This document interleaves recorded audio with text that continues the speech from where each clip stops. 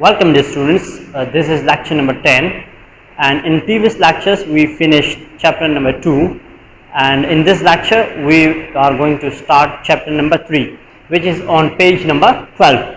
So this chapter, the title of the chapter is Winds and Cyclones. So what is wind? What are winds and cyclones? So come to the winds and cyclone. Okay, so winds, what is winds?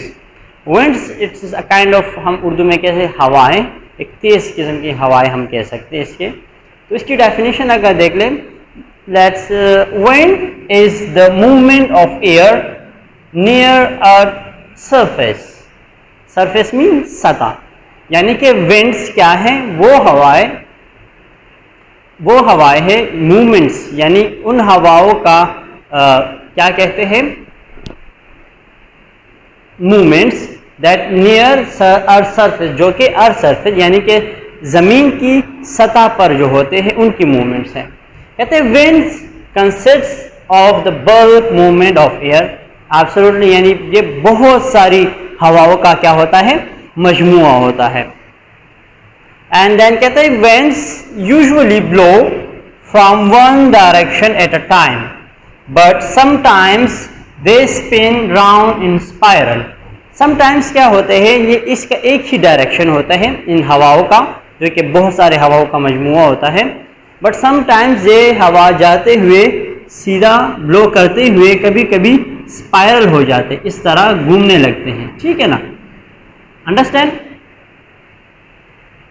अच्छा, तो फिर कहते हैं two factors are necessary to specify wind. Wind को specify, इनको मालूम करने के लिए हमारे पास क्या पैरामीटर्स है? एक तो है जी इसका स्पीड और दूसरा है जी इनका डायरेक्शन. इसकी स्पीड कितनी है?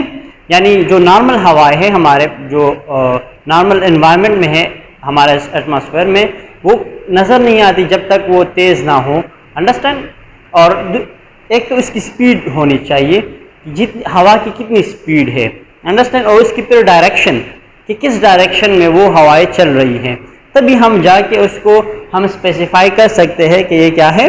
They are winds. देन कहते हैं इसकी काजेस क्या है? Cause it is caused by the uneven heating of the earth by the sun and earth's on rotation. एक तो ये है कि ये इसकी सन यानी कि सूरज की जो शुआएं है या सूरज की जो गर्मी है जो कि डायरेक्ट ज़मीन पर पड़ती है, एक तो ये वजह है.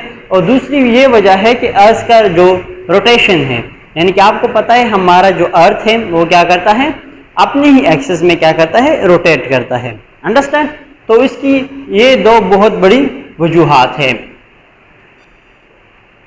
अच्छा, तो सेकंड नंबर पर है हमारे पास cyclone. So what is cyclone?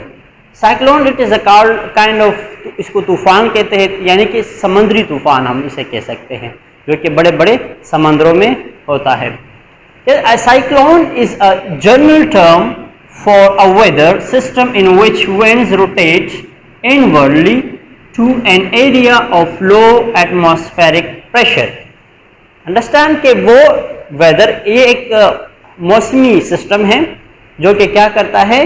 Rotate करता है इनवर्डली, जो कि एंटी क्लॉकवाइज आप कह सकते हैं. ये रोटेट करता है जो कि जहाँ पर एटमॉस्फेरिक प्रेशर कम रहता है, जहाँ पर कम हवाएं होती है, वहाँ पर ये प्रेशर क्या करता है?